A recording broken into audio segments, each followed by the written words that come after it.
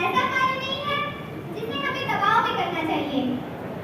यह कोई बड़ी जिम्मेदारी नहीं है, बस हमें इसे अपनी आदत बना लेनी चाहिए। जिस प्रकार आप अपने को नियमित स्वच्छ रखते हैं, उसी प्रकार अपने आसपास के स्थान जहां आप पढ़ते हैं, खेलते हैं, भोजन करते हैं, पूजा करते हैं, वहां के भी स्थानों को उसी प्रकार स्वच्छ रखें। हम सभी जानते हैं कि हमारे वातावरण को स्वच्छ रखने के लिए कितनी योजनाएं चलाई गई, फिर भी कुछ लोग ऐसे भी हैं जो कूड़ा कचरा फैलाते ही रहते हैं। अब हमारे विद्यालय में भी देख लीजिए, हमारे माननीय प्रधानाचार्य जी ने सभी कक्षाओं में कूड़ेदान का प्रबंध करवा रखा है। फिर भी कुछ छात्र ऐसे भी हैं जिन्हें कूड़ेदान के बाहर कचरा डालने में आनंद मिलता है, उन्हें कुछ अलग ही प्रकार की खुशी मिलती है। छोटा सा अनुरोध है कि जो अपने व्यर्थ के कूड़े कचरे हैं, उन्हें कक्षाओं में रखे हुए उन लाल नीले डिब्बों में डालें, जिन्हें हम प्यार से डस्टबिन कहते हैं। उनका उपयोग करें। हमारे प्रधानाचार्य जी ने उन्हें सजावटी के लिए नहीं रखवाया है, इसलिए स्वच्छता पर ध्यान दें और उनका प्रयोग करें। अब जब स्वच्छता की बात हो रही है, तो मैं एक मुद्दा उठाना चाहूंगी।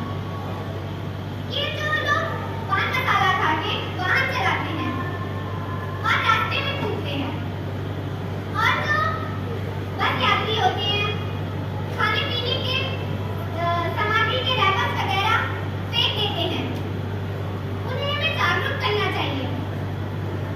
वो नहीं जानते कि उनका क्या दुष्परिणाम हो सकता है। वो तो फेंक देते हैं, परंतु उन्हें नहीं पता कि सामने वाले पर उसका क्या प्रभाव होता है। अब मान लीजिए आपने कुछ खाया और उसके रैपर्स वगैरह आपने खुलेआम फेंक दिया, तो जो हमारे आवारा पशु घूमते रहते हैं, उन्होंने खा लिया, तो उनके जान का भी खतरा हो जाता है। और क्या कहा जाए कि आपने जो खाया और रैपर्स वगैरह फेंका, तो उससे पीछे वालों की चोटी हो जाता है। इसलिए मेरा एक छोटा सा अनुरोध है कि जो रैपर्स हैं, इन्हें बाद में कूड़ेदान में डालें या कूड़े के ढेर के पास डालें। और जो ये पान मसाला खाने वाले लोग हैं, उनसे मेरा एक छोटा सा अनुरोध है कि कुछ समय के लिए अपने वाहन को रोककर पान मसाला थूकें, जिससे वाहन भी गंदा नहीं होगा, सड़क भी गंदी नहीं होगी और पीछे आने वाला व्यक्ति भी गंदा नहीं होगा। और रही बात हमारे घर के कचरे की, तो क्या गाड़ी वाला आया घर से कचरा निकाल, गाड़ी वाला आया घर से कचरा निकाल, सभी ने सुना ही होगा। सुना है कि नहीं सुना? हाँ, तो केवल सुनना नहीं है, उसमें कूड़ा भी डालना है, उसका उपयोग भी करना है, जिससे हमारा वातावरण भी स्वच्छ रहेगा और हम भी स्वस्थ रहेंगे। हमारे सनातन धर्म में कहा गया है कि जहाँ पर भी कूड़े का ढेर होता है, वहाँ पर दरिद्रता निवास करती है, वहाँ से लक्ष्मी कोसों दूर चली जाती है। समझ में आया ना? तो इसलिए स्वच्छता पर विशेष ध्यान दें, ना फैलाएं। जैसा कि सभी जानते हैं कि बूंद-बूंद से घड़ा भरता है, उसी प्रकार यदि प्रत्येक व्यक्ति अपने आसपास के वातावरण को स्वच्छ रखेगा, तो हमारा समाज अपने आप ही स्वच्छ रहेगा। इसी के साथ मैं अपने वाणी को विराम देना चाहूंगी। Please clean your home, clean your school, clean your workplace, clean your city and last clean your country. Thank you, have a nice day. आपको स्वच्छता के बारे में बताया कि हमें अपने आसपास के वातावरण को, जहाँ कहीं भी हम रहते हैं, चाहे वो घर हो, स्कूल हो, रास्ते हो, हर जगह स्वच्छता रखनी चाहिए। एक सूचना है, उसके पश्चात माननीय प्रधानाचार्य जी हम सबको मार्गदर्शन करेंगे। 9 से 12 तक के सभी कक्षाचार्य बंधु कक्षाओं की जो बात कही और बताया, जो धर्म होता है, धर्म वास्तविकता में कुछ नहीं होता है। हमने क्या कहा, जो धर्म होता है वास्तविकता में कुछ नहीं होता है। धर्म उस भूभाग में रहने वाले लोगों के द्वारा अपने समाज को बेहतर बनाने के लिए कुछ नियम्स हैं, रूल्स हैं, और उनका उस सोसाइटी के द्वारा पालन करना, वहां के लोगों के द्वारा पालन करना मस्ट। क्योंकि लोग क्या है, एक नियम बनता है, अगले दिन भूल जाते हैं, तो भूले ना, उसको सदैव याद रखे। इसलिए कालांतर में धीरे धीरे उन क्रियाओं को करते करते वह एक धर्म की शक्ल ले लेते हैं, वह नियम ही धर्म धारते। ऐसा संस्कृत में कहा गया, धर्म वह है जो धारण करने योग्य है। तो धारण करने योग्य क्या है, तो सत्य, सदा सत्य बोलो, ये धारण करने योग्य है। चाहे जिस सोसाइटी में जाइए, चाहे जिस धर्म में चले जाइए, कोई धर्म ये नहीं कहता कि असत्य बोलो। प्रत्येक धर्म में चले जाइए, चोरी करना अपराध है। अब कुछ धर्मों में तो चोरी करो, पकड़े जाओ तो हाथ ही काट देते हैं। जीव हत्या, दूसरे की हत्या कर देना, सामान्य धर्मों में न्यायिक प्रक्रिया। कुछ धर्मों में यह है कि तुमने हत्या की है तो तुम्हें भी सीधे पहले फांसी चढ़ा देंगे, बात का निर्णय छोड़ो, जैसे को पैसा, ये धर्म है।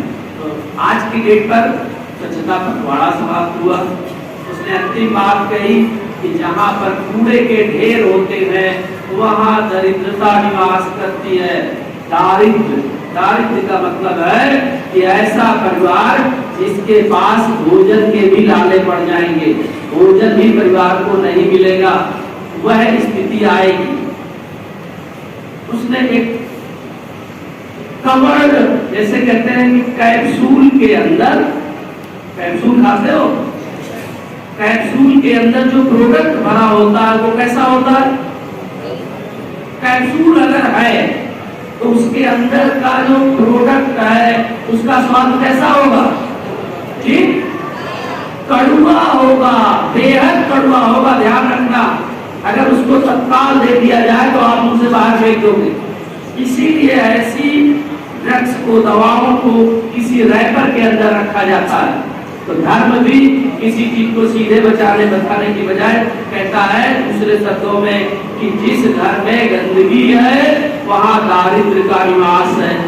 एक साइंटिफिक टेम्परामेंट का विद्यार्थी क्या बताएगा कि जिस घर में गंदगी है उस घर में मक्खी है, मच्छर है, विभिन्न प्रकार के रोगाणु है, टीबी का रोगाणु है, कालरा का रोगाणु है, टाइफाइड का रोगाणु है, और वह आपके शरीर में आएगा, आपके शरीर को रोगी बना देगा, आप कार्य करने योग्य नहीं रहेंगे। और जब आप कार्य करने योग्य नहीं रहेंगे, कुछ सीख नहीं पाएंगे, शरीर का पूरे समय उपचार कराएंगे, तो जो भी घर में धन है वो किसमें व्यय हो जाएगा, स्वास्थ्य में। और अच्छा स्वास्थ्य नहीं है तो कोई हमको काम भी नहीं देगा, हम कोई काम भी नहीं कर सकते, और एक समय ऐसा आएगा कि हमको भोजन की भी कठिनाई हो जाएगी। ठीक है, हमारे स्वास्थ्य का ध्यान रखें।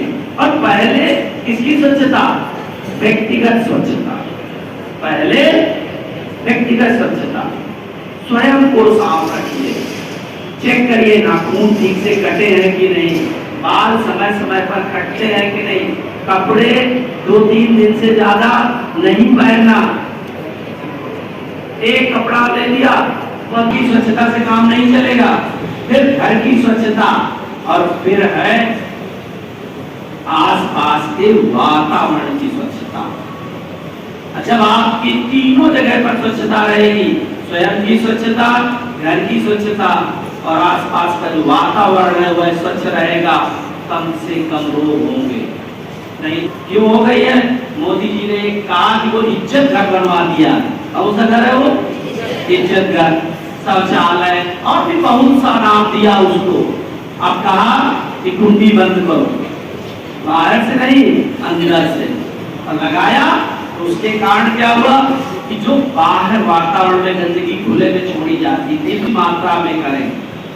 जल स्रोतों में अत्यधिक जल निकाले नहीं, क्योंकि जब जल बहुत ज्यादा निकलेगा जमीन के अंदर नहीं जाएगा। ज्यादातर पक्का बन रहा है, तो सबसे अधिक मच्छर पनपता है और आजकल टाइफाइड दिखाई पड़ता है।